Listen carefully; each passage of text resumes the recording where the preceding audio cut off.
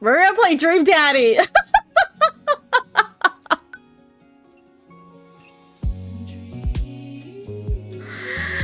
Daddy. We're gonna play Dream Daddy today, I think. In honor of Pride Month, we're gonna play Dream Daddy. Let's go.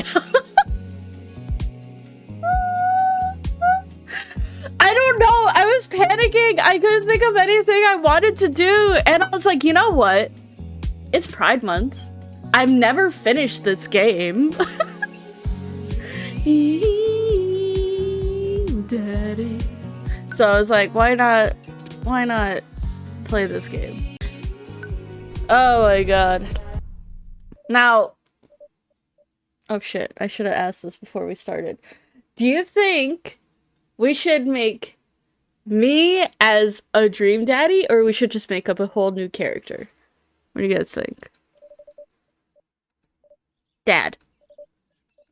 Dad, wake up! 5 more minutes. You said that 5 minutes ago. Also 10 minutes ago. I finally opened up my eyes and sit up. I'm lying in the middle of the living room, spooning a moving box. I yawn and stretch. Okay, me as a Dream Daddy. Okay, I got this. Morning, Manda Panda. Yikes, dad breath. Go brush your teeth. Okay. She said my breath stank. It's fucked up. Build that dad. Alright. I don't want to be angry. These are also angry. I think I'll just go with that one. Facial hair? Oh. But I have a beard or stash. Look at that mustache. Oh, look at that mustache. Oh, look at that mustache. Oh, they got no, like...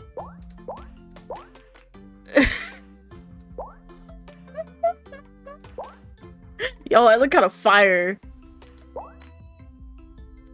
Glasses. I don't wear them. Piercings? Yes. Clothing? Oh my lord. Yo, look at this. Yo, that kind of fucks. These are such like... Why am I so shredded? I know the egg nips is so funny. Yo, I kind of like this outfit though. The cat one? It's pretty good.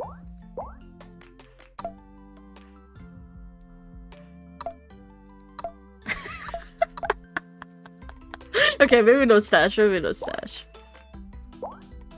look like a twink! I want to look like a twink. No. Okay, what about the shadow? No, I don't like it.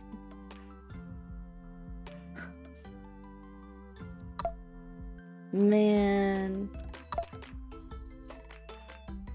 Guys, would I be a twink?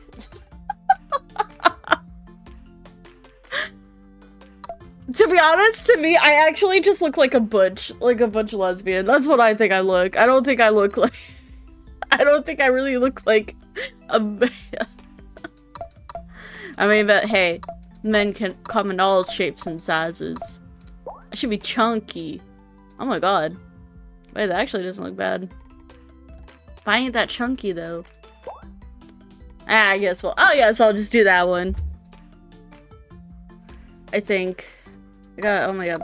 This is the part that takes me forever in these kind of games. It's the character creator. No.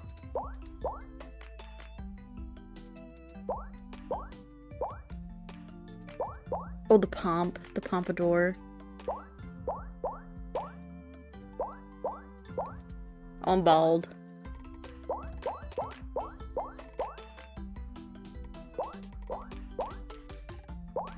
Oh, it's the Aaron hair. Oh. Dream Daddy. I like the messy bun, but I wish it was just like a bit more messy.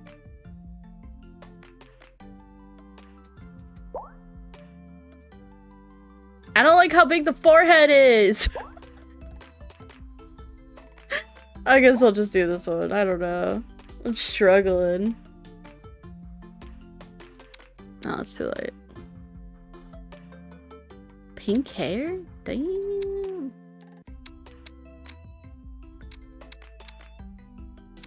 Yeah, I think that one's good. Okay. Maybe I'll just pick a different mouth.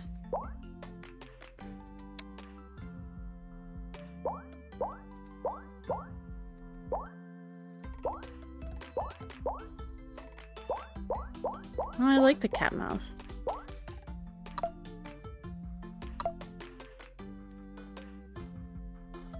Man, this is so hard.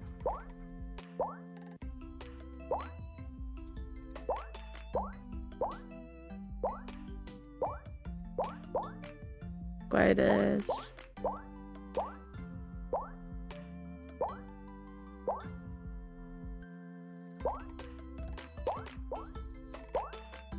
There. You know what? I think it's good. I think we're good. What do you guys think?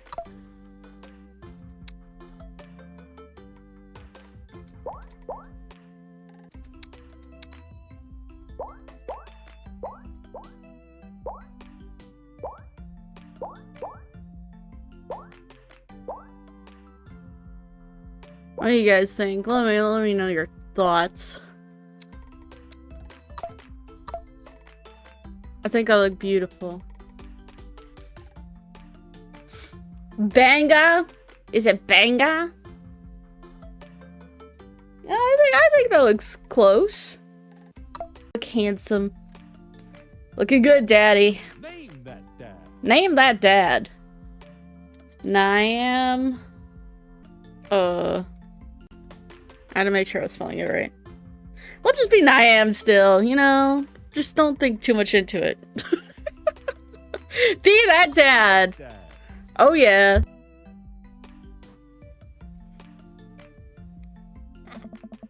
Did you fall asleep packing?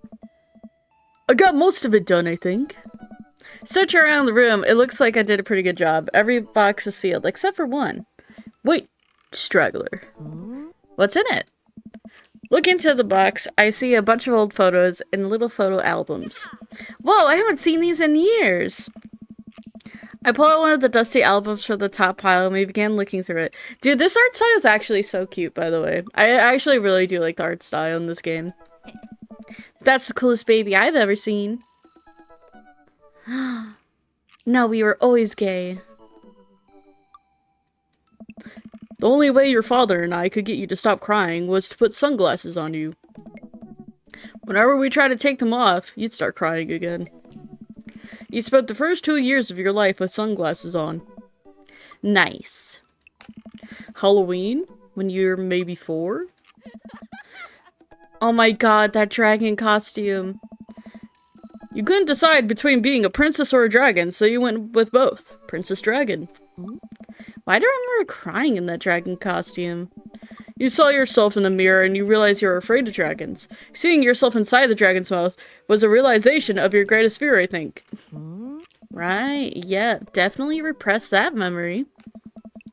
And this was you in your horse phase. Dad, I believe you named that plush horse Sir Horsington the Brave. I don't think that was his... Amanda lunges for the photo, but I quickly snatch it away and hold it above her head with my superior dad arms. Nice try, but this is important blackmail for later down the road. Go ahead and try me. I've seen pictures of you and your ska band. Ouch, kid. The Skamuniest Manifesto had a chance back in the day.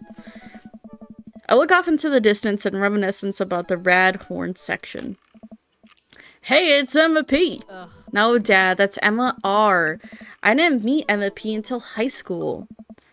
Honey, I promise you, wholeheartedly, that I will never stop mixing up those two. Dad, Emma R has been my best friend since I was 7. Give it, like, a little bit of effort. Oh, right, Emma P was the one who...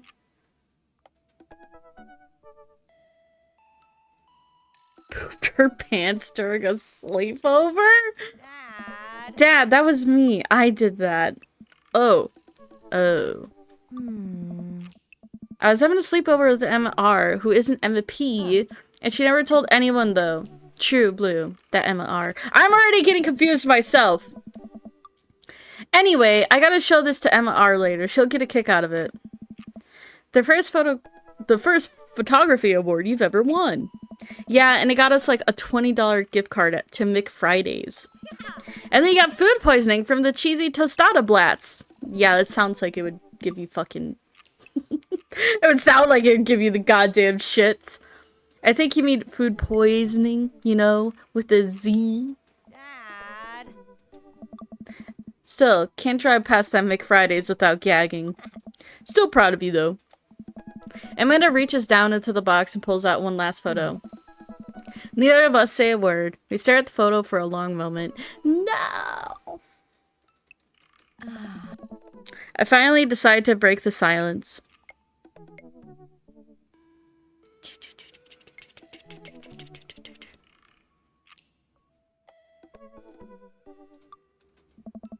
It's kind of a funny story. The day we brought you home, we got into a car accident. It was anything big, just a little fender bender in the parking lot. But of course, I was freaking out, and the old lady who crashed into us was freaking out, and I didn't know what to do. But your father, oh man. He holds my hand and looks me directly in the eyes. The calmest I've ever seen him. He says, "It's okay. It's all gonna be okay." Oh. He's right, you know. I stare at the picture for longer, maybe too long. I miss him. I can't even imagine what it must like be for Amanda. She pats me on the back. Come on, Pops, we gotta finish packing. The moving van won't wait forever. You're right. I forgot how sad the game starts. Amanda and I pile into the car and take one last look at the old house. So many memories here. Hard to believe your father and I bought this place almost 20 years ago. Hey, remember when I shattered the front window playing catch? He always had very strong arms. Hey, remember when I shattered the other front window pretending to be a robot who breaks windows? You're a very imaginative kid. Hey, remember when I broke the back window? We get it, Amanda. You break stuff. And there'll be plenty more stuff for me to break in the new place. Memories to make and stuff to break. You ready? We sit in silence for a moment and I watch my daughter grow up in this house. It will always forever hold a place in my heart, but it still sings a little bit to leave it behind. I'm ready. The moving van begins to pull away and I get into the car position to follow it. I watch her house, our old house, disappear in the rearview mirror. So what? So tell me our cool new pad. I clear my throat into my best cheesy announcer voice. Nestled in beautiful scenic downtown Maple Bay, our new house features. That's right, you heard me. A garage big enough for not one, but two whole cars, as well as a room for my very important dad tools and my motorcycle. My sick hog. The old steel pony. Dad's a little motor velocipede. Dad. The two-wheel transportation station. Dad. I have never been in a motorcycle in my life, and to be honest, I'm afraid of them. Anyway, it was also smaller than our last house. Cozier. Might be cozier, one might argue. Good spin. Yeah. I think it's great. We won't be closer to a lot of cool stuff. Oh, won't we be closer to a lot of cool stuff that we can walk to? So I don't have to waste gas? I mean, trying to park downtown is, you know. Amanda, you know you're gonna have to learn how to parallel park at some point, right? Not gonna happen, Pops. Real as fuck. I think someone needs to do a 3-point turn on their attitude. I don't know how to do that either. Have you met the neighbors yet? Not yet, but the neighborhood seems pretty quiet. So you won't have to chase any rowdy teens off your lawn? You're the very teen you mock when you say that, honey. I'm in my last year of high school. I'm practically dust. Yeah, you're a real... Don't you dare. Senior. Dad, I know where this is going. Citizen. I'm just gonna ignore that. But I won't forget it. So it's item number 1 on the new house agenda. Well, first we'll need to forge a path through the solid wall of boxes blocking the living room. I still have to install a washer and dryer. We need to go grocery shopping. Pops, cool your jets. You just have to promise me we're gonna take a break and explore the neighborhood. Okay, you're right. We'll get some work done and then check the area out. We pull up into the new house and step outside. The lawn is freshly mown and the for sale sign is still in the yard. Hi-ya! And with a swift kick from Amanda, the for sale sign is no more. Nice form, Sweet Pea. I got a problem with authority. I'm so proud. Man, all the karate chopping tuckered me out. I could really go for a sandwich. An ice cream sandwich. Sweetie, it's 10 a.m. So? Anytime's time for ice cream. I'd be a terrible parent. You know, I'd be a terrible parent because, like my kids would be like, oh, Mom, I want to get some ice cream. And I'd be like, okay. Mom, I want to go to McDonald's. Okay. Mom, I want a puppy. Great idea. I'd be terrible. I'd be terrible, dude. Okay, maybe not on the animal thing. I'm like, yeah, I also want a puppy. We shouldn't do that, though. You know, it would be terrible. I would like to imagine this universe that I can at least drink coffee. So I'm gonna say I want coffee. I gotta get my hands on a nice hot cup of old bean juice, or I'm gonna be useless all day. I think we passed a coffee shop on the way here. Maybe we could check that out? Coffee. Let's do it! We walked down the street to the Coffee Spoon, a cute little place on the corner. Man, this is such a convenient walking distance from our place. I mean, I guess. What's wrong? Why would I go somewhere else and drink coffee on a couch when I could just drink better coffee at home on my own couch and not have to make awkward eye contact with other people? This is so real. At least when I'm home, some random guy isn't gonna come up and sit on the recliner next to me and I won't feel like a little weird about it because technically he's not sitting at my table, but he's very much in my personal zone. Dad? And what is the etiquette when you have a dirty mug? Is there a bin? Do you set it on the counter because you don't know where else to put it? Or do you leave it there and you feel your face flush with hot shame as you consider the possibility there is in fact a bin somewhere and just out of sight and now you're that jerk who left our mug? Dad, are you just afraid to meet new people? Yes, Amanda. That's true though. I hate going to fancy coffee shops and they're like, and it's so vague on where you're supposed to like do your thing, you know? I hate it. I say fancy coffee shops and they're just like a coffee shop. Everything to me is fancy, to be honest. The inside of the coffee shop is incredibly warm and inviting. Vinyl records line the walls and patrons lounge around the well-worn couches. Some cool tunes spin on a record player next to a little stage. Welcome to the Coffee Spoon, guys. How's it going? What's with the name? Oh, it's kind of dumb. It gets mentioned in this poem I like, and I thought it was a good idea at the time. And I suppose now it's still a good idea because, like, the business is still running? But people ask me that question all the time, and I give them the same answer every time. And now I'm standing here, rambling, and I'm sure we're all getting more and more uncomfortable the more I keep talking. But man, we're in it now, and I can't stop. What is with all these socially awkward people? I love it. So, what will it be? I scan the chalkboard menu and I'm immediately overwhelmed. I'll have a iced chai antwood, I guess? Spicy! Oh, he liked that. He liked that. I don't get it. Oh, it's a pun. Antwood, it's a South African rap group. They're pretty known for their advocate imagery and hyper-stylized music videos. Their music is as catchy as it is disturbing. I'm doing the thing again. We're coming right up. And for you... I have a macchiato di Marco, please. Coming right up. Do you want that in a small, medium, or a biggie smalls? Medium? What's a biggie smalls? Big or small? I should change that, shouldn't I?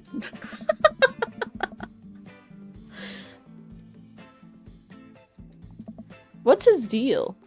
Let the man make his puns. They're cooler bands than you listen to anyway. Hey. Hey! Skull was cool once! The couch is actually pretty comfy. Maybe not comfier than our couch, but it's alright. Good lumbar support. You sink right into it. Okay, it's comfier than our couch. Amanda nudges me. This place is right next to our house, and that guy seems not only cool, but also just as uncomfortable with talking to other people as you are. You should totally be friends with him. Wow, thanks, Amanda. I don't know. Come on, what do we say about meeting new people? I can't meet new people if I always stay inside, and I also don't go outside, and I also don't talk to people. Okay. I'm feeling attacked! I'm feeling a little attacked at the moment. This game needs to relax a bit. See, we're making progress. Matt sets our drinks down at the table. I immediately burned the roof of my mouth. Good one. Hi, we're new in the neighborhood. I'm Amanda, and this is my dad. I am. Oh, right on. Pleased to meet you both. You ought to come by when my daughter's hanging around the shop. You two might get along. Yeah, I'm sure we'll maybe come in from time to time. Amanda kicks my leg from under the table. I'm sure we'll be in here a lot. Yeah, sounds great. You know what? Let me get your guys' opinion on something. Matt goes into the back and comes out with a fresh plate of something that smells amazing. Oh god, I'm hungry. Don't do it. I'm working on a new banana bread recipe. I busted in my pants, my bad. And I need help coming up with a name for it. Well, I think we're gonna have to taste test it first, so we can get the full flavor profile of, you know, and really appreciate the flavor sensations of. Amanda nods vigorously. She knows this game. Yeah, we need to get that Nana bread a taste if you want us doing free creative labor. I think that'd be coming straight with the. I've taught her well. We have trained for this day. I was just gonna give you guys free banana bread anyway. Right, yes. That part! Matt serves us each a piece. Amanda and I happily chow down. This is amazing! Thanks, the secret ingredient is bananas. So any ideas? I'm stumped. Well, I think I might only be able to give you dad banned puns, but I'll give it a shot. Banana bread. Kennedy's grateful banana bread. Right said banana bread. I don't know any of these bands that they're supposed to. Are these actual bands that are supposed to be referenced? That one. Oh, he really liked it. Like right said Fred, but now it's about banana bread. I think the youngsters would like it despite not getting it. What? That actually has a nice ring to it. Really? Hey. Yeah, right said banana bread? Strong decisions? That's art, baby. Hey. I wanted to say baby because I thought it would sound cool. But once I said it, I realized it doesn't sound good coming out of my mouth. And maybe I should just leave and say baby to the professionals. No! It was fine, Matt. Hey. Enjoy your coffee. Thanks, baby. Hey. See, it sounds good when you say it. It does? It sounds good when I say it? Sure. Across the way, a man catches my eye. He sits by himself, brooding over a cup of coffee. Our eyes meet, just for a moment. Ooh. I hastily look away, hoping he didn't catch me staring. Who is that? We finish up our drinks and head out. Hey, thanks for stopping in. Take care. Okay, now we're full of caffeine. Where to? I'm packing. I've got a lot on my plate right now. Did you know moving is one of the biggest sources of stress for adults? It's right behind the constant fear that you smell bad and everyone's too polite to tell you? Probably. Do I smell bad? Amanda gives me a whiff. You're fine, Pops. Let's go home. Just fine? Man. Beep, boop, boop, boop.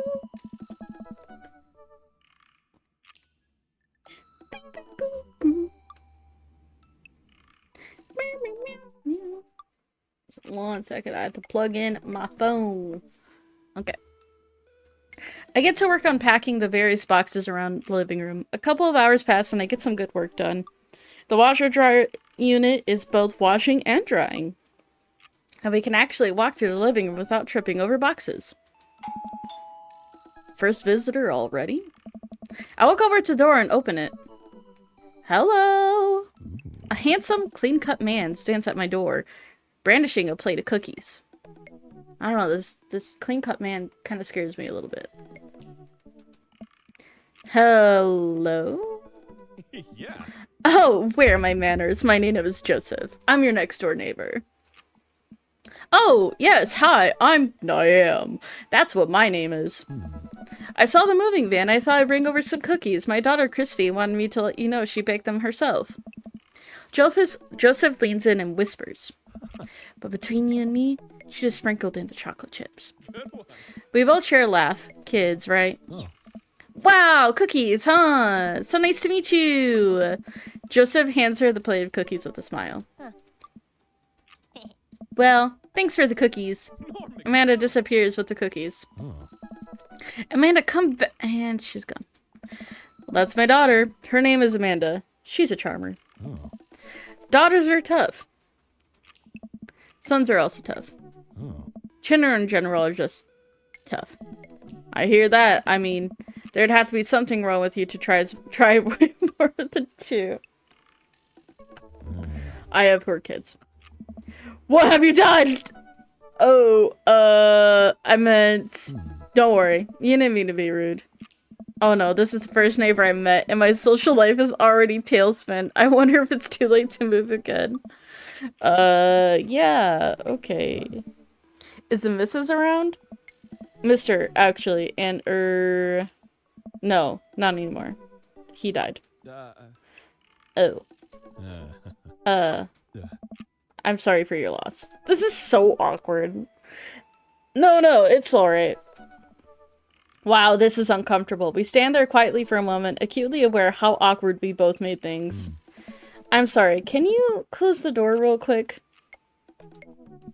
I look at Joseph quizzically, but comply. After a second, I hear a knock on the door, opening it. I see Joseph standing there with a huge smile. Hey, I'm your new neighbor, Joseph. I promise not to talk about your dead spouse this time. I'm throwing a barbecue for the cul-de-sac, and I'd love for you to come by and meet the rest of the neighbors in our community. What do you say, pal? That sounds great. My daughter Amanda and I would love to stop by. Also, 4 kids is a perfectly normal amount of children to have. We shake hands to seal the deal. Well, neighbor, I'll see you at 3 p.m. sharp on Saturday. Sure thing, neighbor.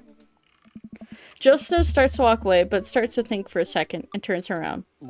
Hey, in all seriousness, raising a kid on your own can't be easy. If you ever need to talk about stuff, I'm the youth minister at a church down the street. Sorry. I don't know, I really wouldn't consider myself a youth. You look pretty young to me, but suit yourself. With that, Joseph's gone. He seemed nice.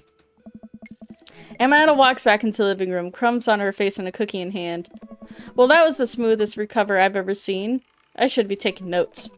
See, you're already fitting in grades. Where'd those cookies go?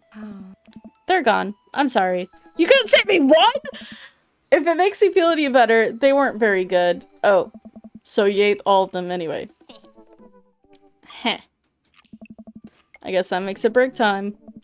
Any ideas? Let's get some fresh air. Let's hit the park down the road. I saw a ton of dogs there when we drove past. Okay, will you help me steal a dog? For last time, I can't fit a dog into the pockets of my cargo shorts. It's physically impossible.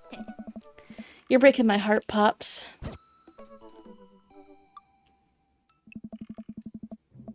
Amanda and I begin strolling through the neighborhood. I can't believe how beautiful it is outside. Kids are playing in the street, the flowers in bloom, and the faint smell of nearby barbecue drifts through the air. This place is nice. I mean, this place is nice. Huh? Too nice. I don't trust it. Good eye, honey. You can never be too careful. See that baby in the stroller over there? Government operative. We're on to you, baby. We walk for a while and eventually end up at a small park. Toddlers chase each other through the playground, and dogs of all shapes and sizes romp through the grass. It was pretty crowded, but Amanda spots a nice empty bench. We start to make her over to it when... Heads up! Ow! A frisbee suddenly hits me in the face. Woof. A corgi with a pleated handkerchief tied around its neck bounced up to me, wagging its tail.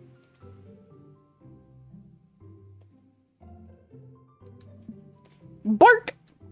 He runs around the circle and nudges my leg with his nose. Oh god, it's the cutest dog. Impart me on your wisdom, tiny dog. Woof woof.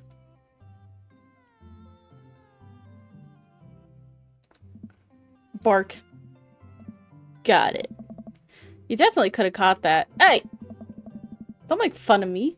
A guy in a Hawaiian shirt jogs over to us and takes the frisbee from me. You know, frisbees are traditionally caught with your hands, not your face.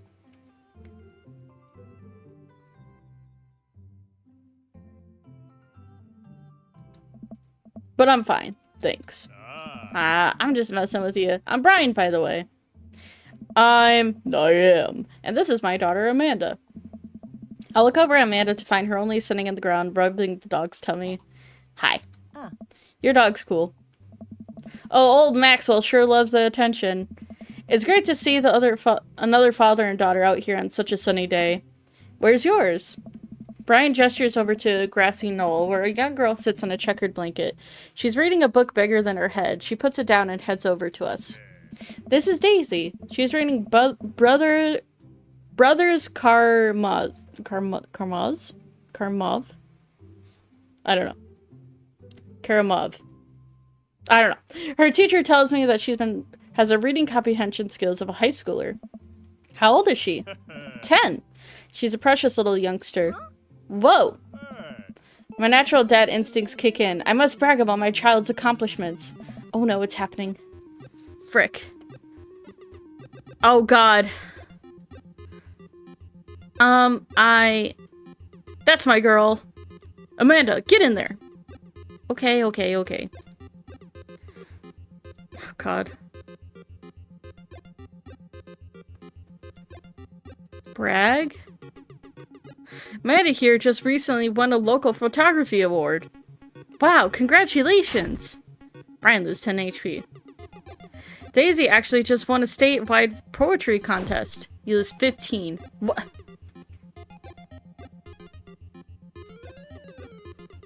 Okay, switch daughter. Amanda's your only daughter. Last week, unprompted, Amanda helped an old woman with her grocery bags. This is extremely powerful. Brian loses 20 HP. Daisy just started her weekly chess club, elementary school computer lab. She's the president too, of course. Dang, my high school doesn't have a chess club or a computer lab. Amanda's in an honors class this semester. Oh, really? I can't read this. I'm actually talking to Daisy's teachers about having her skip a grade. Even Amanda kind of bristles at that one. You lose 20 HP. Fuck.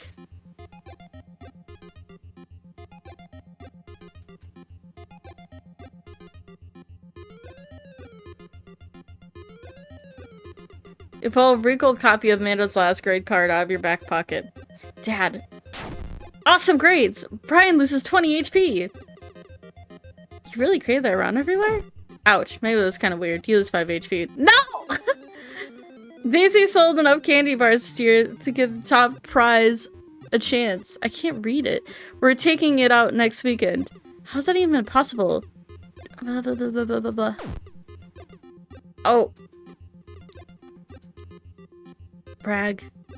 Oh no! I want to do item!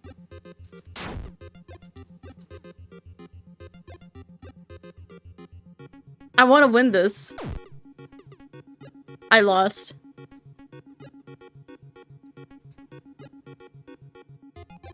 No! I meant to do item! Frick! Man, whatever. Brian, I got some words for you.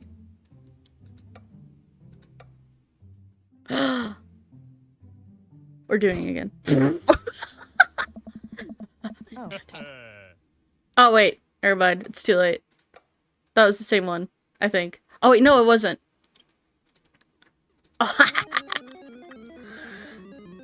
Brag. Brag.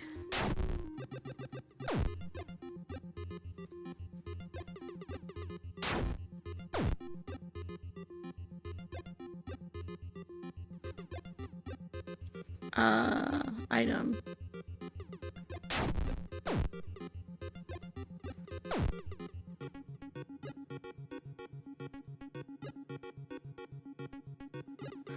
You unfurl your wallet and to reveal the tiny copy of a drawing of a cornucopia Amanda did in the first grade.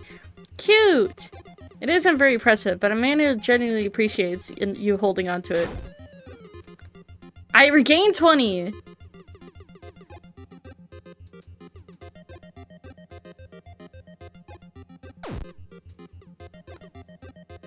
Oh yeah.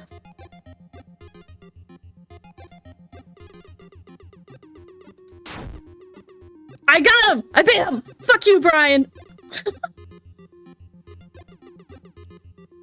I don't care. I won. I won. So I take it you guys are new to the neighborhood? We just moved in. Do you live around here? Yeah, we live in the cul-de-sac down next to the coffee shop.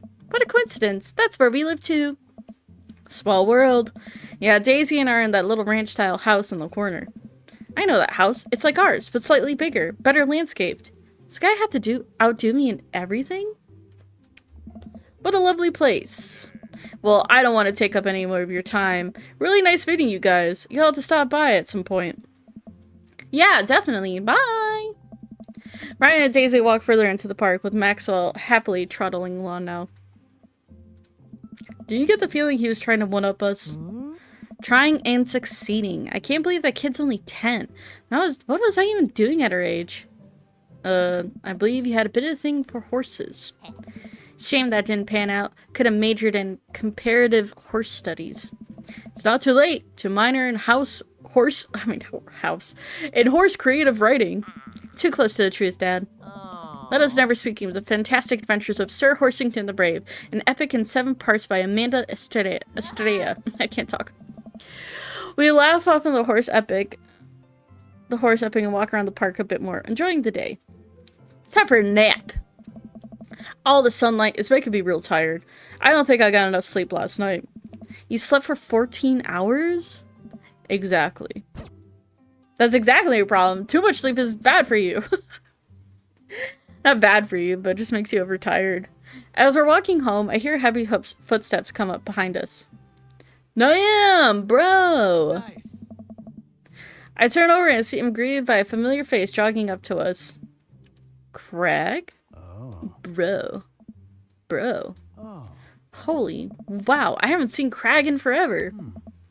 It's been too long, dude. Yeah, wow, you look great. Hey. Yeah, I cleaned up my act. Cleaned up his act? Are you kidding me? He's ripped. I mean, so are we, apparently. Amanda, this is my friend Craig. We went to college together. We were roommates for a while, too. And they were roommates. Amanda, dude, you probably know you remember me, but you're so big now. Hello, and hello, cute baby.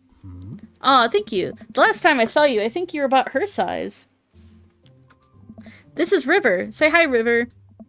He picks up her tiny wrist and waves it around. River gurgles happily. Are you babysitting? Nah, dude, River's my kid. Man, it has been a long time. Feels like 1 minute we're rolling up exams with bad hangovers, and the next we're both fathers. Where have you been, man? I was working out in California and just relocated the business back to Maple Bay. No kidding! Amanda and I just moved into the same side of town. How's Smashley doing? I mean, Ashley. Ashley is her name. She actually still goes by Smashley, and we got divorced last year. Oh, dude, I'm so sorry. Dude, bro, dude. I mean, it's how I talk anyway, so nothing really changed. It's all news. We take turns taking care of River and the twins. It's all in the twins. It's all Copa. What is that? I actually don't know that word. Cope? Cup? Nope, not cope. Cup.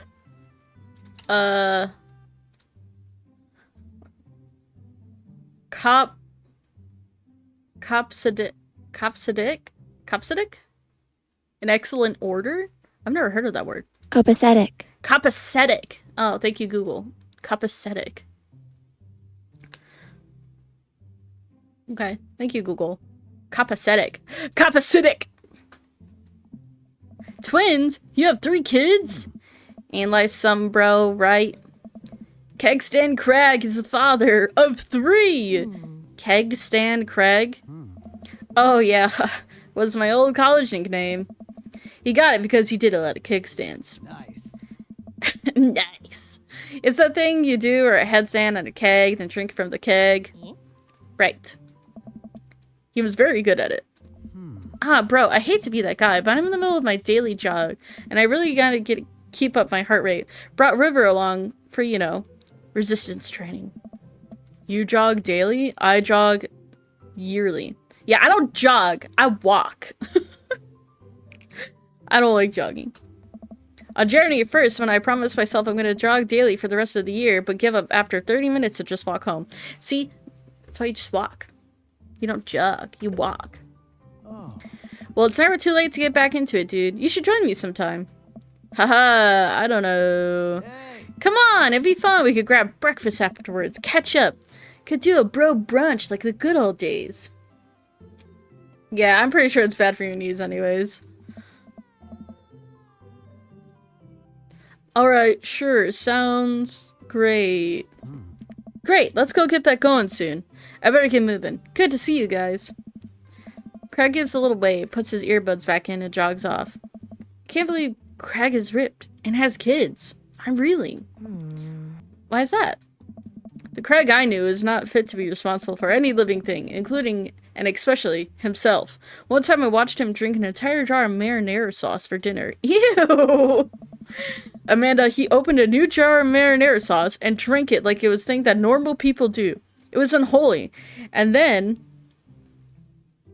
I asked him what the hell he was doing, and he said, I quote, "It's basically a smoothie, bro." I mean, technically, he's not wrong. He jogs! He was jogging! He's like a totally different person. Anyway, we better get home. I'll have plenty of time to reflect on how old I feel later.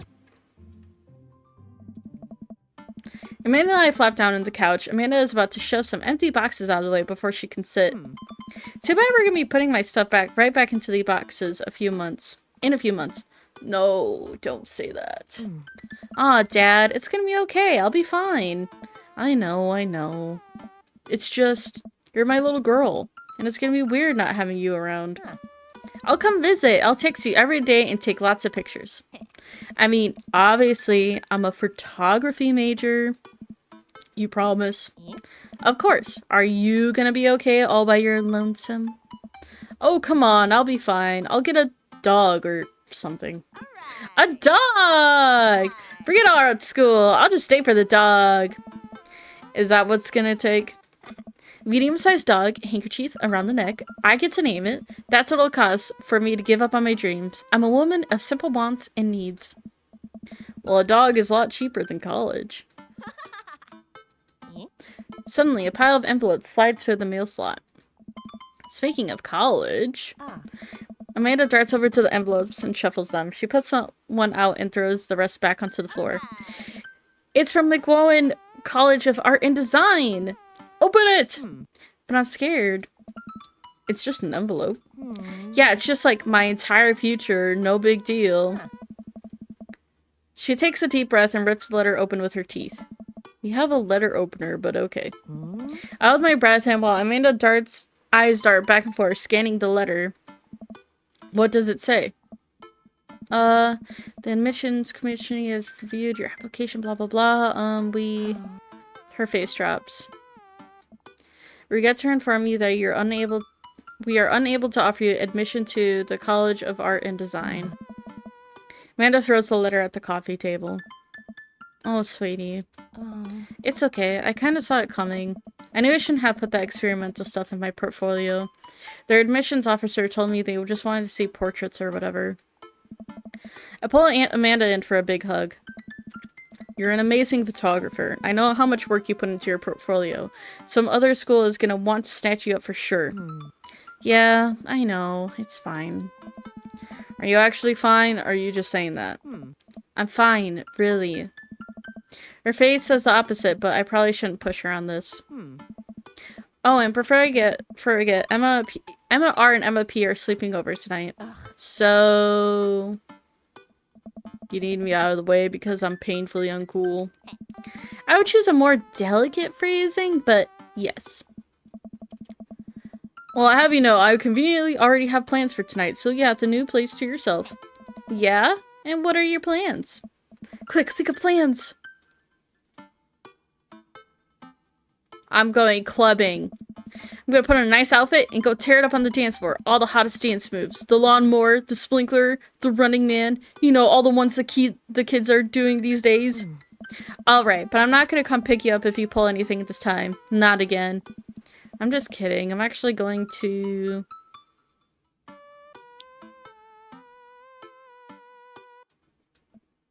go out and watch the game? Nice. Which game? You know, the game. The one that's on tonight. The game on TV.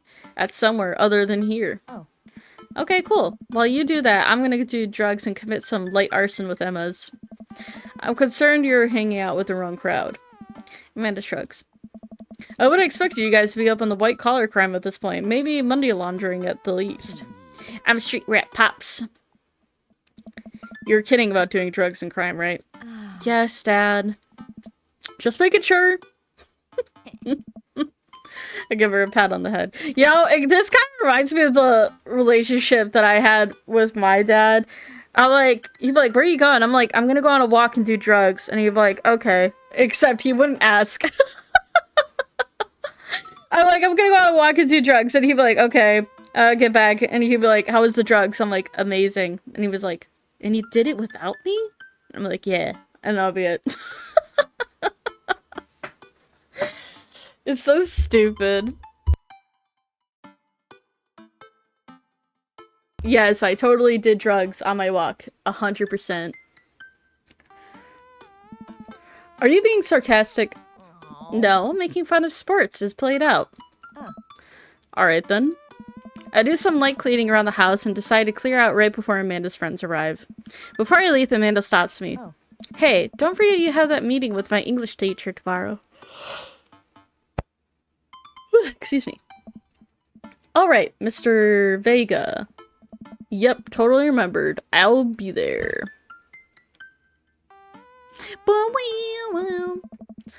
Wow, I guess I didn't really think this plan through. I'm not even entirely sure where the closest bar is, and Amanda still hasn't shown me how to use the GPS on my phone. So I'm just gonna pick a different direction and walk in it. Bro, it's not that hard! Let's go. This way. Cool, okay, we're marching in the direction of the game. Any game, really. In the distance, could it be... A big burned out neon sign hangs above a tiny bar. Jim and Kim's, huh? Alright, it'll do. The bar is small and dimly lit. The crack of pool balls sounds in the back as patrons laugh and joke. A string of multicolored Christmas lights hover above the bartender. I can't tell if it's Jim or Kim. I pull up a seat at the bar. What will it be? One beer, please. Sure thing, boss. Ew, I don't drink no beer. Bartender slides me an ice-cold beer. I take a sip and enjoy the refreshing taste. Say, are you Jim or Kim? I'm Neil. Oh. I awkwardly turn my attention to the game, which is playing on one of the TVs on the wall. As lucky would have it, my team of preference is not only playing, but is currently in the lead, which is always a good thing. The brightly colored mascot, which is some kind of animal, does cartwheels. I silently cheered my favorite team, hoping that I don't have to get any confrontational arguments with a fan of the opposing team. Several people in this bar are wearing distinctive colors of the team I dislike, although I believe from their demeanor that, like me, the passion for their team is all for good fun. Hey. A middle-aged woman holding a Nearly empty wine glass slides up to the bar and sits uncomfortably close to me. Hey, sailor. Oh, hello. Good to see fresh meat in here. I'm Mary. Come here often? No, actually, I was actually just moved to this part of town today. I am, by the way. Are you watching the game? Yeah, my preferred team is in the lead. If they keep this up, they'll win the game with ease. Oh, I love that team, and I also love that game. Oh, someone who knows their way around balls. Okay. I'm getting the impression she's a little drunk. Buy a gal drink? No, I'm good. Maybe some other time. You're too pushy, ma'am. You're too pushy. If you weren't so pushy, I would bottle you a drink, but you're pushy. You're pushing it! Sorry. Suit yourself, sailor. Mary saunters off, setting her sights on the newest bar patron to enter. Yep. I happily watch the game over another beer. The game has gotten close in terms of points, a little too close and I'm comfortable with. After a particularly skilled player scores a number of points for the other team, putting them in the lead, I hear a affirmative grunt from another man at the bar. Go team. He's a brooding man from the coffee spoon. Sits alone, sipping whiskey and watching the game as well. I'm like, what? Enjoying the game? I am now that we're winning. Oh, you must be rooting for different teams. In my opinion, my team is far superior. I have to disagree with that. Based on our win-loss record, I'd say that my team is superior. That's where you're wrong. Since it stands right now, my team is beating yours. The conversation ends there, and we're both silently rooting for our respective teams, and the game was close, with both sides playing their hardest to win, but in the end, my team prevails. Quiet cheers ripples through the bar. I raise a respectful glass at the man drinking the whiskey. He raises his in response. An unspoken truce is formed between us, based on mutual love for the game. He motions to the bartender, who pours 2 glasses of whiskey. The man slides one over to me. The name's Robert. Thanks, I'm Niam. You must be new here. Mary to hit on you? Yeah. Robert chuckles. She's a peach. Well, you picked the best bar in town. As slimy as it is, you'll never find a better spot in Jim and Kim's. Is there actually a Jim or Kim that runs this place? Nope. That'd be Neil. Neil waves from across the bar. Good guy, Neil. Not enough Neils in this world. Okay. You a whiskey fella or a beer fella? Beer, but I drink most things. You like shots? I don't like beer. I like rum. I like shots. Thank you. Robert nods to Neil, who serves up 2 shots of whiskey. He hands one to me. Here's to your health.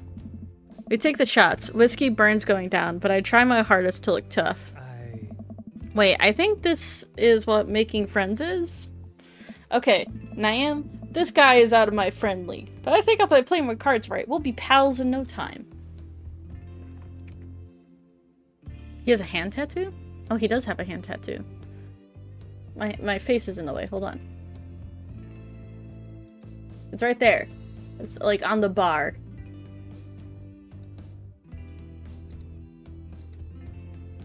I like your tattoo. I like tattoos. I like your tattoo. What does it mean? Oh, it's a reminder. My bad.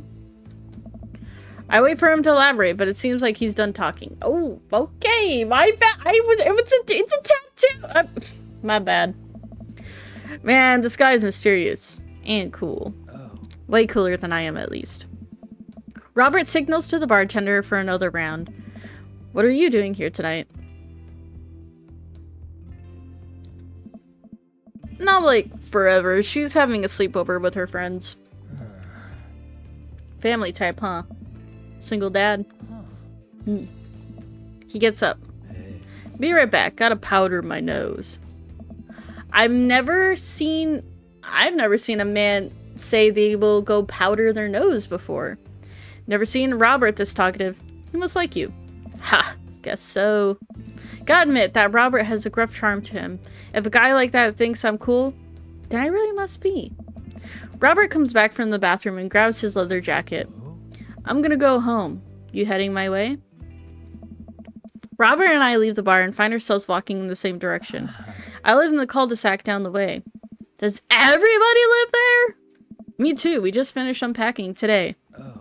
Great place to be. Good neighbors. Well, some of them. Who's that? We get to Robert's house, which is a few houses away from mine. We stop and he turns to me. I don't kiss and tell, Nam. So are we doing this or what? What? Oh.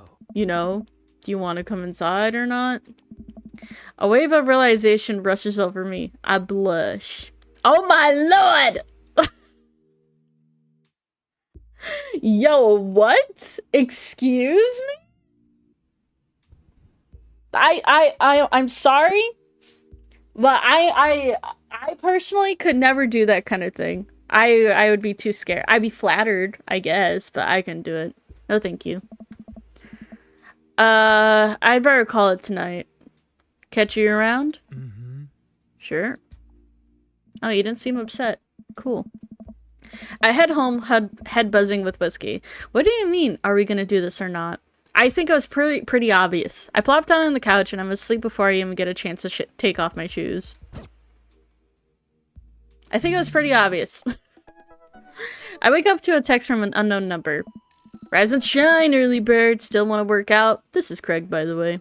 How do you get my number? Holy crap, it's 6 a.m.? Who does 6 a.m. anymore? Without realizing it, I drift back to sleep. Whoops, I'm about to wink back out. I check my phone again. Hey, bud, still want to get your swole on? I'm ready to tear up the track. Hit me up. God, the last thing I do want right now is work out, but it's Craig, and I want to catch up. I guess. Also, I have no idea who I'm picking to romance. Hey, my man, I need a few more minutes to wake up, but let's meet in 20? Furby, thank you for the lurk. Thank you, thank you. After a few seconds, another text comes in. Sure thing. Meet me at the gym. The gym. I stretch and my bones creak. I gotta stop falling asleep on the couch. I throw off my blanket and hey, wait. I remember falling asleep with the blanket. Amanda must have tucked me in after I fell asleep. Bless that child. I reluctantly brush my teeth, throw on the only clothes I own that are even kind of gender appropriate, and head out. The neighborhood is quiet and serene. This early in the morning, birds chirp and the grass is still wet with dew. Surprisingly, the gym is pretty crowded. I spot Craig standing out in the front, stretching. Of course, he spots me, stretching of course. He spots me and waves enthusiastically. Oh. Hey bro, good morning! Hey, good to see you, man. I'm definitely not as pumped as he is. Maybe I should have had some coffee before I left. Ready to kick some butt?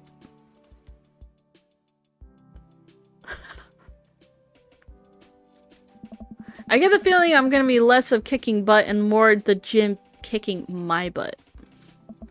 I can handle it with you here. Dude, bro, that means a lot. I love Craig! I love him. He's so funny. Bro! We head into the gym. I'm immediately intimidated. All of these people, they look like they could break me in half. And it seems like Craig is friends with all of them? He high fives and fingers all the cool jocks in the room. They look like they could and would steal my lunch money and spend on protein shakes. Nice. Come on, bud. Let's warm up. We head over to the treadmills and start walking. Okay, I can walk. Walking is good. This is a decent place to be walking. See, that's what I'm saying. That's all you gotta do. So, I know we're on treadmills. Yes. And those are over there ellipticals. Oh. Very good.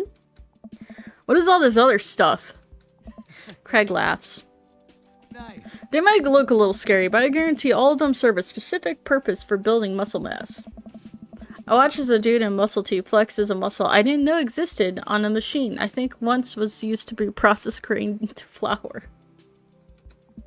What is that? Why is that guy doing that to himself? Nice. That's a good question, bro. What do you think he's doing?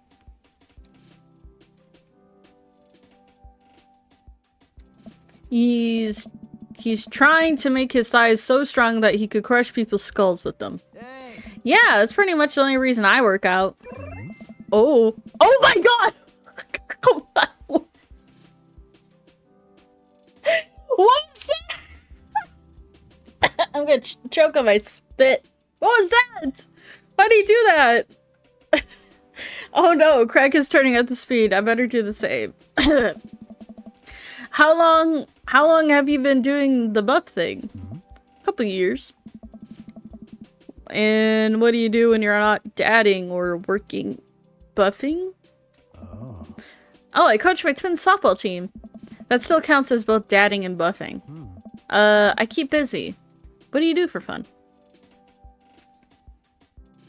I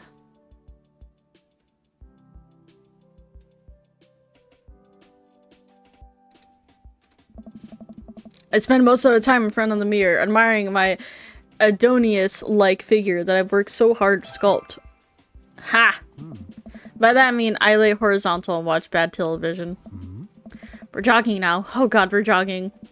I look over to Craig, who hasn't even broke a sweat. How is he doing this so effortlessly? I'm dying. I feel my life force draining through every orifice of my body. Well, he has said he's been doing this for a couple years. Hey, remember when my fish died in college? No! I don't like this story.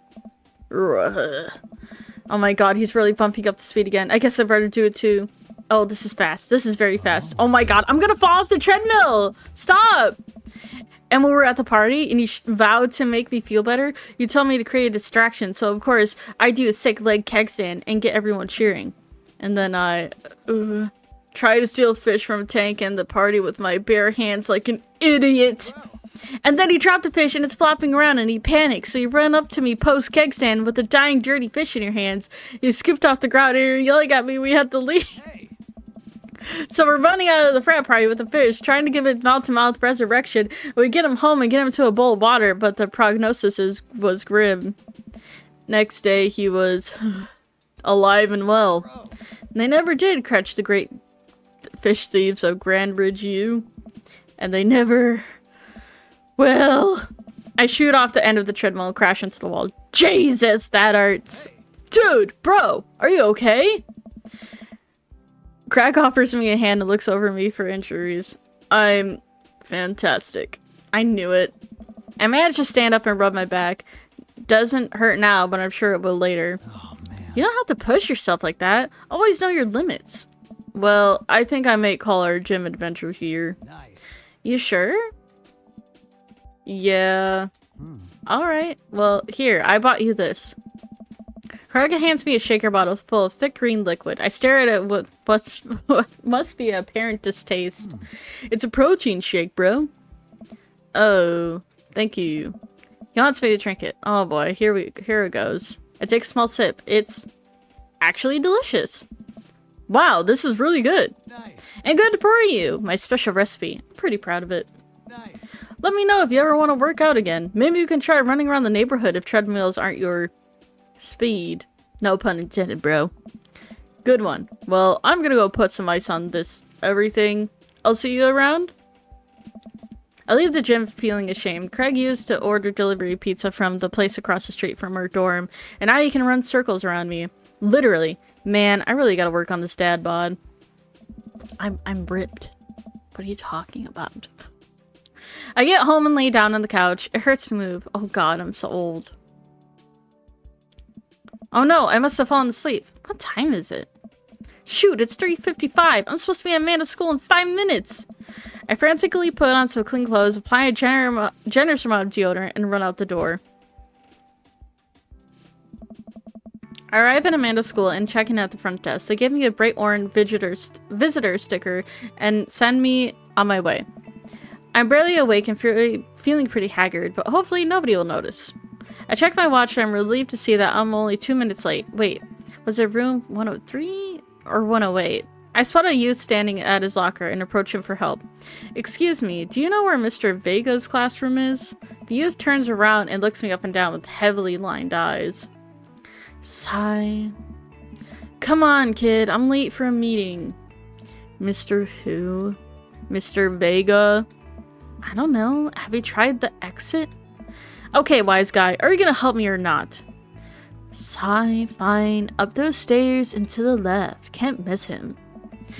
I head up the stairs and walk around, unable to find Mr. Vega's class anywhere. After a couple of minutes of searching, I head back downstairs. That punk youth sent me on a wild goose chase. I get back to where that low-rent Gerard Way is standing, fully ready to give him a piece of my mind, when suddenly a head pops out of the classroom right next to his locker. Oh. Lucien, don't you have a third period to get to? Sigh, fine, Mr. Vega. Wow! Now I'm officially 10 minutes late. I glare at him as he walks away. We're not cool. You must be. I am. This period's almost over. Would you mind waiting in the back? Mr. Vega leads me in the back, and I take a seat in one of the comically small student desks in the back. I might get stuck in this. Alright, where were we? Now, who can tell me about the unreliability of the narrator in J.D. Salinger's Catcher in the Rye? Yes, Colin? Colin stands up and does a thing where he blows into the crook of his elbow to make a fart noise. The whole class erupts in laughter. Alright, everybody. Very funny. Colin, please sit down. Now, Holden Caulfield is an unreliable narrator, and since that, the bell rang for the end of the period. All the students immediately get up and make a break for the door. Remember to do the reading and answer response questions at the page 194 in your textbook. Nobody's listening. Or not, I guess. Mr. Vega turns to me and sighs. Middle schoolers, right? Don't you teach high schoolers? I don't know. Both. You know, budget cuts. Right. Thanks so much for coming in. No problem, Mr. Vega. Please call me Hugo. I don't normally do these impromptu parent-teacher meetings, but as I'm sure you know about Amanda's very bright student, and I'm concerned about her recent behavior. What's going on? Amanda has never been the most engaged student, but I know she cares. Recently, though, she's been falling behind. She's not completing assignments and has been doing rather poorly on tests. I normally chalk this up to senioritis, but this is strange. I always thought Amanda shared everything with me. It hadn't even crossed my mind something might be wrong. I just wanted to ask, is everything okay at home? Well, we just moved recently, but it was only to the other side of town. Amanda is more excited about it than I was. See if you can talk to her about it. I know she values you a great deal and would appreciate your guidance if she keeps heading down this road. I don't know. I know how important art school is to her, and I would hate to see her miss out on scholarship money that she clearly deserves. I'll make sure to talk to Amanda. Thanks for letting me know, Hugo. Hey. Anytime. On my way out, I stopped, thinking for a moment. I turned to Hugo. Hey, Hugo? Yes? They ever catch that rye? Yes. I didn't even say anything special. That was just automatic. I leave the classroom and make my way to the school. I'm still a bit in shock that Amanda was able to hide this so well from me. She's always been such a force for positivity in my life, especially after we lost her father. Amanda must have been done with classes for the day by now. I'm sure she would appreciate a ride home, and maybe I could talk to her about what's going on. I pull up to the carpool and Amanda hops into the passenger seat. So, did you have fun gossiping about me? Mr. Vega and I actually gossiped about our celebrity crushes. So you talked about Mario Batali the whole time? It was a very productive meeting. I'm pretty hungry. Can we have some dinner? Sure thing. Dude, let's go to the mall. Yeah, sure. Why the mall? Geez, can a dad take his daughter out to the mall? Will you buy me things? I will buy you a thing. Singular. Sounds like a deal to me. We drive in silence for a short while. Amanda plays a game on her phone. I should say something. You know, sometimes when a kid gets older, they find that they have to keep things hidden from their parents. And that's okay, because sometimes that's what kids do. And that's okay, because it also sometimes could have their parents' perspective. Because, you know, maybe the parents also have dealt with similar situations. And maybe they're a little cooler than you give credit for. Anyway, what I'm trying to say is that it's good to share. Love you. Have you been reading my tweets? Do you have a Twitter? What? Never mind. Look, sweetie, Mr. Vega said you haven't been participating in class and that you're not turning things in. Yes! I'm playing Dreammmm Daddy. Yeah, we're playing Dreammmm Daddy. Also, hi! Hi! Hello, Victor. Victor. Yeah, we're playing Dreammmm Daddy. That's me. You know, I've been thinking about while we've been playing, I was like, what if, like, whenever I have time, I make, like, myself as a Dreammmm Daddy and I just stick it in the corner right here. I think that'd be kind of funny. Oh, I'm fine, Pops. Senioritis and all that. I thought you liked Mr. Vega's class. It's fine. He's fine. We pull up to a stoplight and I Amanda. She's still texting. I just want you to know that you can talk to me about anything. Uh-huh. I can tell whatever it is, she doesn't want me knowing about it. That's frustrating. I heard Emmer R is going to that fancy art school in California. That's exciting. Yep. Are you bummed that you guys aren't going to the same school? Yep. Amanda keeps texting me. She stifles a laugh. What's so funny? It's a... I don't think he'd get it. Okay. Who you texted? Noah. Who's Noah? My friend. Does he go to your school? Yep. Do you like Noah? What? No! Dad! Ugh! I can't believe you would... Dad. I mean, jeez. Why would you... Ugh. Gross. Sorry, just asking. Dad, he's just my friend. Guys and girls can be friends. He's my friend. Okay. Jeez. This is going well. Well, good talk. Love you, kiddo. She leans forward and turns up the radio. I guess that conversation is over. To the mall, then. Oh, you think so? I think it could be kind of fun. I think it'd be kind of fun to, like, actually make myself as, like, a man. You know, like, what would I look like as a man? We arrive at the mall, a big indoor shopping center with a couple different floors. It's kind of dead, but that doesn't stop the mall security guard from yelling at a group of loitering teens. Let's eat something disgusting for dinner. Hell yeah.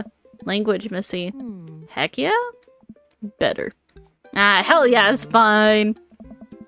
We approach the food court and evaluate our options. There's greasy restaurant after greasy restaurant. My heart burns just looking at the menus. Nobody looks happy to be here. It's a mall, though. Aren't malls fun? What are you in the mood for? Bread dipped in sugar, bread with cheese on it, or you just want to inject some fat directly into your bloodstream? I extend my hand to her. Would you do the honor of sharing some nachos? She takes my hand with a grin. And make me the happiest, cheesiest girl alive. We order a giant pile of chips and unnaturally orange cheese from a very enthusiastic and possibly stoned teenager. We take a seat at the rickety table and dig in. These are bad. These are very bad. But also strangely delicious. We have to eat through the pain. We join the fluorescent cheesy gooey goodness together until we're all out of nachos. So... something's been bothering me for a while. Can you explain memes to me? Oh, no, we're one of those dads. Sigh. Which meme? All the memes? Amanda sighs deeply and places her head in her hands. Dad, it's complicated. See, memes are inside jokes but shared by a bunch of people that get less funny the more people do it. So the problem is, by the time a meme gets to you, Dad, all of us youths have already done the joke to death. It's worse than that. When movies and TV and video games try to jump in on that meme train, but it's based how long it takes to make them, the meme will be long dead by the time it comes out, so it just dates it, and it isn't funny. True! I hate when movies and TV shows do shit like that. I hate it so much. It's so bad. You know what meme I'm sick of? I'm sick of the fucking screaming goat meme. I'm so... over it. I hate that one. I still see that one to this day in movies. It pisses me off. Yeah, it always comes off as trying too hard and trying to like appeal to the audience, but it's appealing to nobody, bro. It's appealing to no one, I promise. Oh shit, what up? Dad, please. Anyway, changing the subject. Where to now? Want to go into the goth store? What? You know, the one that's all black and tries to establish stuff as an anti-establishment despite being an exact representation of the establishment? I don't know what store you're talking about. You know, the one where you could buy chain wallets and it's basically assault on what people fought so hard against the punk and hardcore movements of the 70s and 80s. Dude, you gotta be more specific. The one where you threw up at that one time. Oh, that one! Amanda runs in the store with me trailing in behind her. She makes a beeline for the back. There it is! You can see the outline, kinda. I'm so... proud? Speech! Amanda. Speech! Speech! Speech! Speech! Alright, I'll do it if you stop chanting! Amanda stops immediately. I clear my throat. Thank you all for joining us here today to commemorate an historic moment that would forever shape history. On a day very much like today, some 5 years ago, our very own Amanda and Estrella has too much a blue raspberry slushie on an outgoing to the mall. After begging her father to take her to Dead Goth and Beyond to buy rainbow suspenders, she proceeded to throw up all over a display of My Chemical Romance merchandise. Her loving father then had to pay for said merchandise, which is, to this day remains among our possessions. Thank you. Amanda's moved. She begins clapping. Slow at first, and faster and more vigorously. So other patrons turn their heads. One of them also starts clapping. I bow my head. Oh hey, chain wallets! While Amanda busies herself looking at band t-shirts, I try to find something of interest to myself. Not much for a dad to look at in the Dead Goth and Beyond.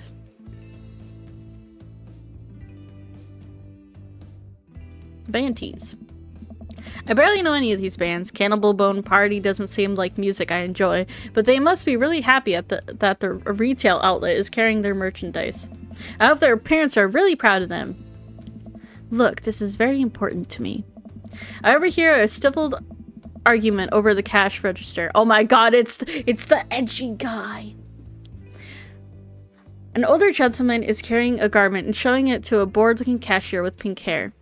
I can see that. I don't know what to tell you, dude. I just work here. What? Listen, when I bought an online website that said this blouse is Victorian inspired, however, when I received it, it clearly had a trademark of Edwardian dressage. Do you want a coupon? I could give you a coupon. Will you leave me alone if I give you a coupon? Is there a manager present? People have to know what they're buying. I am the manager. Oh. I see. Well, it seemed I would have outswayed my welcome. Good day, shopkeep. Your superiors will receive a strongly worded letter by post. Whatever, dude. The man whirls around and storms out, his literal coattails trailing behind him. I can't tell if they're Victorian-inspired or Edwardian in nature. Amanda trots up to me with a t-shirt in her hand. Oh boy, here it comes. Hey, Datatron 5000! Yes, I'll buy it for you. Wow, that was easy. Thanks. At least it's only one thing this time. Amanda plops the shirt onto the counter and grins at the cashier. I love your hair. The cashier says nothing and rings Amanda up, radiating hatred. I hand her a 20. So, what was that guy's deal? The cashier rolls her eyes so hard I'm worried she'll pull something. That's Damien. He is in here all the time. He's obsessed with Victorian fashion or whatever. She hands Amanda her bag and is clear the conversation is over. We make our way out the store and head home to get some rest. Well, that's not nice. She didn't say thank you. That's rude. She didn't say thank you. Amanda and I sit on the couch trying to find something to watch over the bowls of ice cream. Oh, cool. Long Haul Paranormal Ice Road Ghost Truckers is on. Your favorite, right? Yes, I guess. Oh, hell yes. They have to make it over at Canadian Tundra before the ice road melts, but they're also hunting ghosts. Also, the trucks are haunted. This is the episode I've ever seen, but it's one of the best. Callum and Flint Dogmoan, the twin brother truck driving and ghost hunting duo, find themselves in the greatest peril yet. Oh no! The ghost got done to control of the truck. I can't steer him from them damn ice roads. Let me use the EVP meter to try to communicate with the spirits. Flint, we're about to die! I almost got it! If you listen carefully, it sounds like it's saying, you're going to die. That's because we're about to die, you... This is art. This episode ends, and Amanda excuses herself to go and start arguments on the internet. Nice. I stay up a little longer, curious about the exploits of Callum and Flint, Dogmoan, after the disastrous ice road incident. Afterwards, I crawl into bed and get a good night's sleep.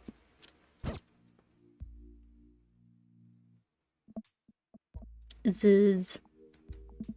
Morning, sleepyhead. 5 more minutes. You have never let me have 5 more minutes, so get up. Fine.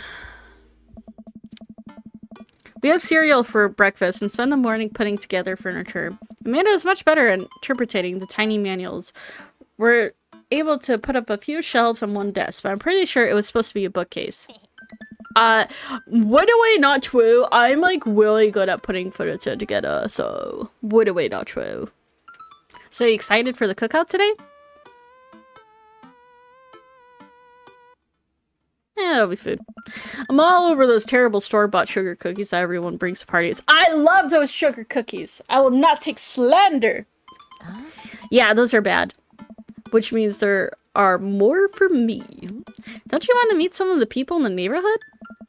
I'll probably end up standing uncomfortably in the corner with a plate of food and hope that nobody talks to me. Dad, you're a beautiful work in progress. We will get that butterfly to emerge from the cocoon. The social butterfly. Well, we better start getting ready. We definitely don't want to be late. What? No, we have to be fashionably late. Who shows up to a cookout on time? You know what? We're going early, just because you said that. I head out the door and Amanda reluctantly follows. We walk across the street to Joseph's house with a store-bought veggie plate. I'm a terrible cook if it doesn't involve a grill. I guess we're not as early as we thought. We were Joseph's back... Oh, wait, hold on. I guess we're not as early as we thought we were. Joseph's backyard is already packed with people, and the smell of hot dogs wafts through the air. Yuck. Small children run through the sprinkler, and adults chat in small clusters. I set our veggie plate down on the next table to two other veggie plates. Huh. Hey, there's Joseph. I wait to get to his attention, but the moment he sees us, he jogs over, arms open wide. Oh. Welcome! So glad you two are here. And he brought veggies. Let me introduce you to my family. Kids, come over here. This is Chris, my eldest. Hi. Oh, you look nice. This is Christian and Christy. They're twins. What? Oh. I don't like them. Then, of course, there's our youngest, Krish. Wait, where's Krish? Maybe Mary put him in his crib? Oh no, it's the woman from the bar the other night. What is she doing here? Oh my god. Yo. I don't like you very much, lady. Oh, and how could I forget my lovely wife, Mary? Ew. Who's gonna tell him? Joseph pecks her on the cheek. She smiles. Ah, Mary, sweetheart. Did you put Krish to bed? I have to go look for him. What? You have to... Joseph takes a moment to regain his composure. Oh. Mary, this is our neighbor, Niam, and his daughter, Amanda. I shake your hand, but I have a glass of wine that I need to tend to. I love her. Nice to, meet you, Mary, for the first time. Charmed. Well, I have to go over there now. Mary leaves. Oh god, this is so awkward. I wonder if Joseph knows. I wonder if Mary knows that Joseph knows. I wonder if Joseph knows that Mary knows that I know. I take all my energy not to run away from the barbecue and start fresh in a new city. Haha. My wife has been a wonderful sense of humor, but please, you two enjoy the barbecue. All the guys are really excited to meet you. Amanda and I mill around and tried some of the food spread on the table. I picked out some deviled eggs. Yes. Amanda picks up a small paper plate and immediately begins piling it with baked goods. Real. Ugh, I don't want to have to make friends. Come on, Dad. Who are you going to party with when I go off to school? But I don't want to have to do pleasantries. Dad, They're even gonna talk about the weather. Go do it! Make a friend! How could I possibly abandon my only child at a social function? That's bad parenting. This plate of cookies is my new dad. Bye! Amanda shoves me into the center of the yard. Well, here goes nothing. I look around the party. I'm surprised to see some familiar faces. Isn't that the barista from the Coffee Spoon? Didn't I meet that guy at the bar? Didn't that guy throw a frisbee at my head? Isn't that guy who was throwing a fit at the dead Gotham Beyond? Isn't that Amanda's teacher? Hey, I know Craig. Wait a second, all these people live in our cul-de-sac? That can't be right. I'd better investigate. Ooh! Who do we want to talk to? I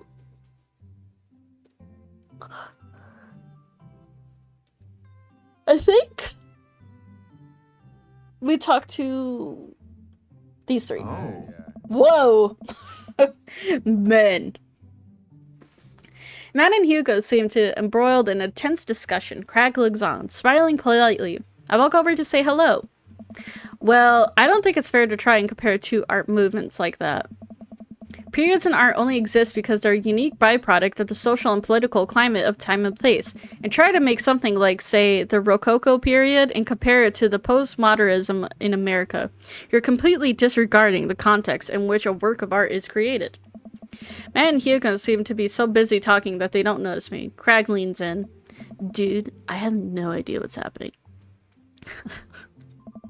I turn my attention to Craig, who seems a little more attentive to my existence. How'd resistance training go the other day? Great. Little River here is a great cheerleader. Aren't you, tiny bro?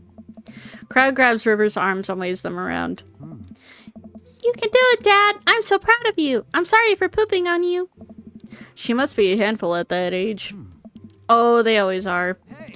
But it's so worth it. Craig grabs River's arm again and waves them around. I'm also sorry for throwing up on you, Dad. How you settling in?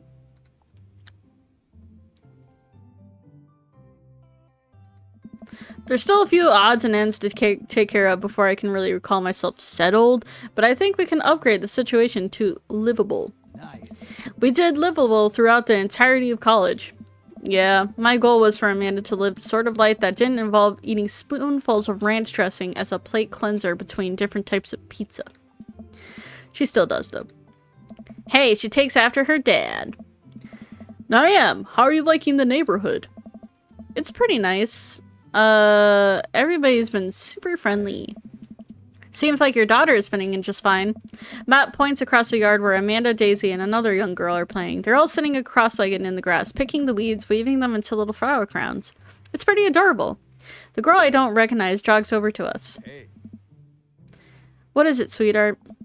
It's a flower crown. I thought you looked cute in it. Oh. Well, there's only one way to find out.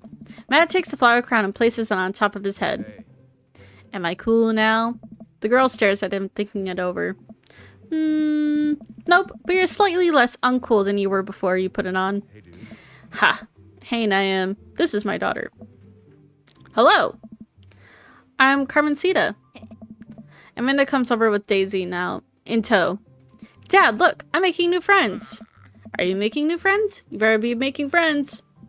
Yeah, actually, Amanda, you remember the cool barista from the coffee shop? My old college friend and, your teacher? Whoa. Oh, hi, Mr. Vega. I didn't realize we were neighbors. Oh. Yep. You still gonna give me that overdue term paper? Haha, great seeing you. Amanda finger guns her way out of the conversation like a champ. She learned the finger guns move from me. I'm very proud. She's definitely a charmer. Speaking of which, where did my son go? Huh? Hugo looks around at the party. He must finally spot him because his eyes go wide. Whoa. Ernest Hemingway Vega, are you smoking? Ernest is holding a lit cigarette. Nope. I see Ernest across the way. He casually takes a long drag of his cigarette and then flicks it into the gutter. Unbelievable. Excuse me. Hugo marches over to Ernest, and I turn my attention to Matt and Craig. Kids, right? Man, I do not envy Hugo. The last barbecue we had, Ernest tried to shove a sparkler down Joseph's pants. Nearly burned down half the yard. And the barbecue we had before that, he actually burned down half the yard. Jesus! And then it spread onto my lawn and burned half of my yard too. What the fuck? What is happening? Oh my god, this kid looks like a nightmare to deal with. Look at him! Hugo walks over back to us, practically dragging Ernest behind him. Hey everybody, sorry about that.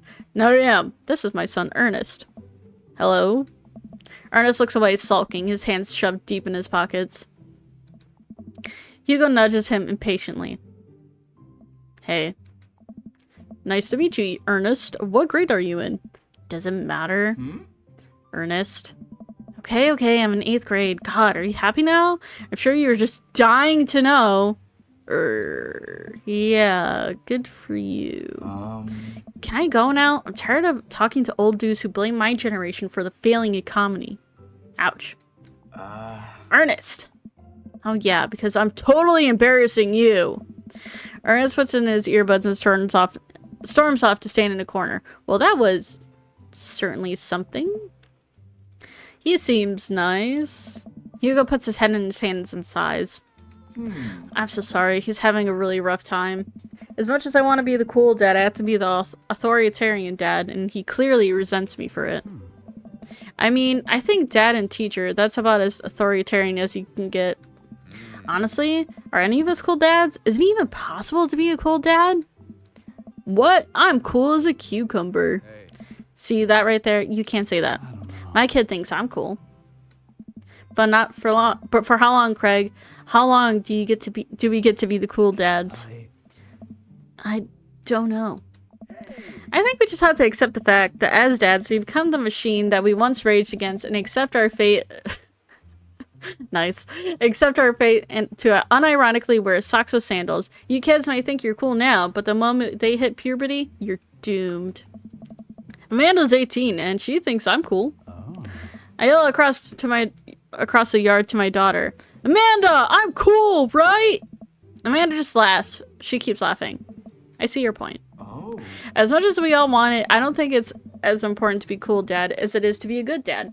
We can't all be best friends with our kids. It just doesn't work. I mean, look at me and Ernest.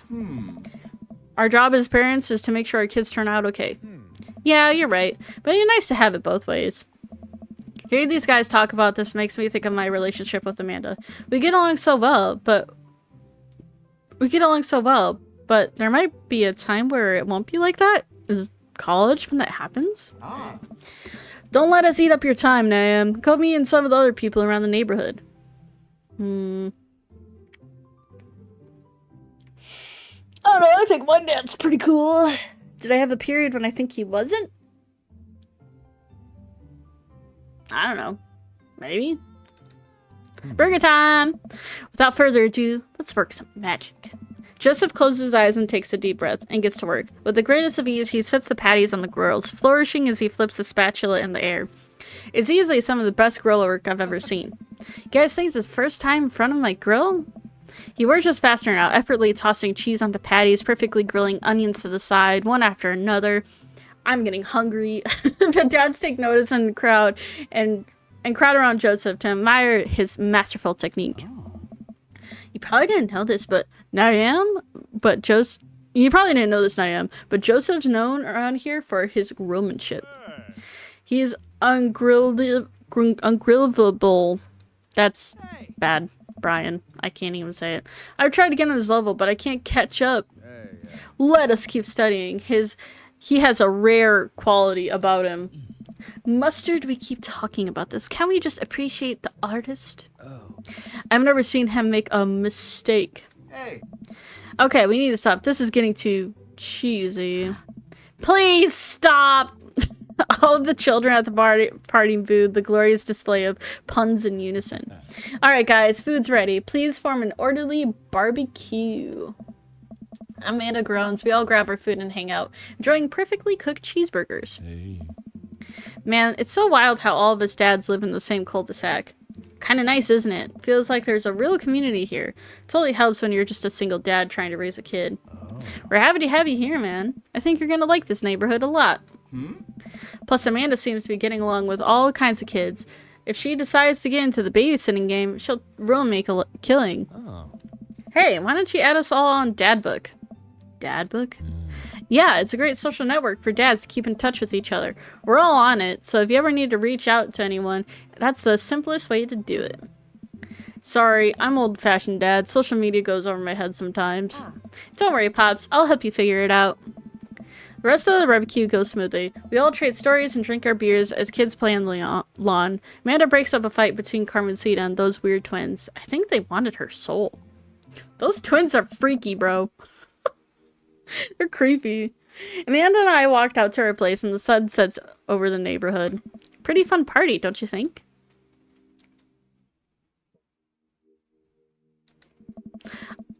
I'm gonna get LinkedIn notifications out of this. I just know it. You don't think it's nice that people want to connect with you? Not when their affection jams up my inbox, metaphorically speaking. Hey, at least you met some other cool dads. You should hit them up on Dadbook. Maybe I will. If I ever figure out how social media works. I can't talk. I have a good feeling about this place. Me too, Dad.